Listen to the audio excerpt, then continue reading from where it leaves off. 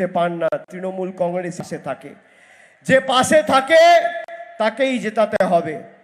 আগামী দিন এই 2 নম্বরই চরিত্রহীন লম্পট বিজেপির প্রতিনিধিকে তাড়ান আর 4 নম্বর বোতাম টিপে সুজাতাকে দিল্লিতে পাঠান।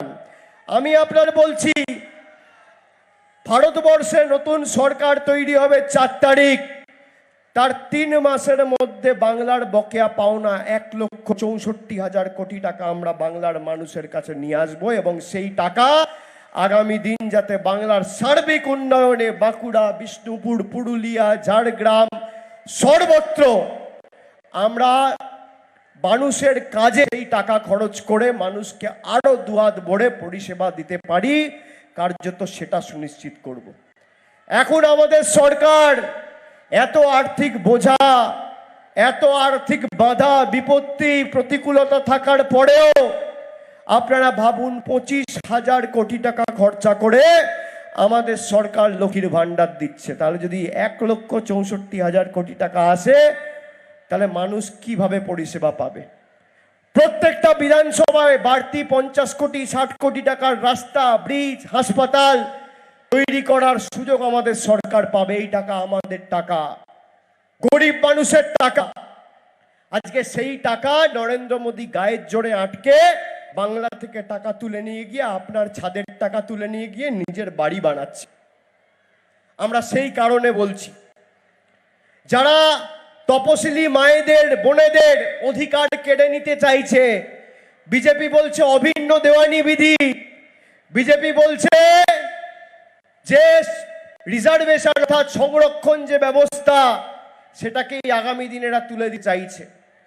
আমি আপনাদের বলছি, যারা তপশিলি মায়েদের ধারক বাহুলে নিজেদের দাবি করে, বিজেপির অধীনস্থ উত্তরপ্রদেশে ভারতবর্ষে তপশিলীদের উপর অত্যাচারের ঘটনা সব থেকে বেশি 1 নম্বর স্থানে রয়েছে।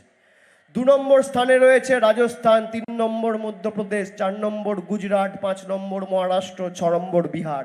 সর্বত্র বিজেপি শাসিত। আর অন্যদিকে মমতা বন্দ্যোপাধ্যায় সাধারণ মানুষকে যেমন 1000 টাকা লক্ষ্মীর ভান্ডার দিয়েছে, তপশিলি মায়েদের, তপশিলি জাতি উপজাতি তালিকাভুক্ত দিদিদের, বৌদিদের, মায়েদের 1000-এর জায়গায় এখন 1200 আর বছরে 12,000-এর জায়গায় 14,400 টাকা করে দিচ্ছে।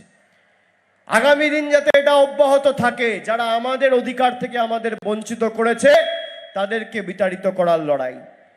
আজকে এখানে 16 তারিখ খুঁটি পুজোটা করে দিয়ে গেলাম, অঞ্জলিটা আপনারা 25 তারিখ দেবেন, আর বিসর্জনটা 4 তারিখ দিল্লির বুকে হবে।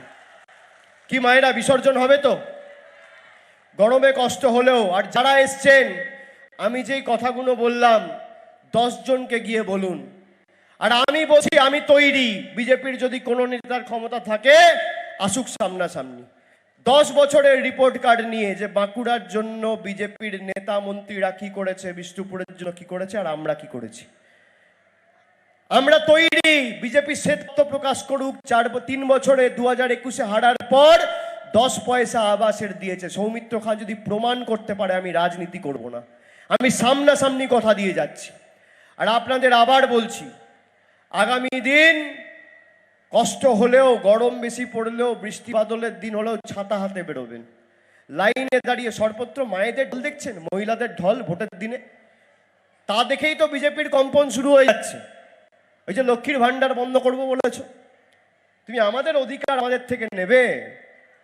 যারা আপনার লক্ষ্মীর ভান্ডার বন্ধ করতে চেয়েছে তাদের রাজনৈতিক ভবিষ্যৎটা অন্ধকার করবেন। মোদিজি যেমন বোতাম টিপে, রিমোট কন্ট্রোলের বোতাম টিপে আবার টাকা বন্ধ করেছে, আপনি ইভিএম এর বোতামটা টিপে মোদিজির রাজনৈতিক ভবিষ্যৎ অন্ধকার করবেন। আর 4 তারিখ যখন ভোট বাক্স খুলবে, পদ্ম ফুলের নেতারা যেন চোখে সর্ষে ফুল দেখে, এটা সুনিশ্চিত করতে হবে। এটা করবেন মায়েরা আপনারা। আর আমি কথা দিয়ে যাচ্ছি, সুজাতা জিতবে আগামী 6 মাসের মধ্যে। আগামী 6 মাসের মধ্যে যারা আবাসের জন্য আবেদন নিবেদন করেছেন, তালিকায় যাদের নাম রয়েছে, আরেকবার কথা দিয়ে যাচ্ছি, তৃণমূলের প্রতিনিধি এখান থেকে জিতবে, সুজাতা সংসদে যাবে, তার 6 মাসের মধ্যে প্রথম কিস্তির টাকা আমাদের রাজ্যের সরকার মানুষের কাছে পৌঁছে দেবে। কারোর দয়া দাক্ষিণ্যে আমরা বেছে নিই। এটুকু বলে সবকে ধন্যবাদ, প্রণাম, কৃতজ্ঞতা, অভিনন্দন জানিয়ে আমার বক্তব্য আমি শেষ করলাম। আপনারা সাবধানে সকলে বাড়ি ফিরে যাবেন, ভালো থাকবেন। জয় হিন্দ, বন্দে মাতারাম, জয় বাংলা।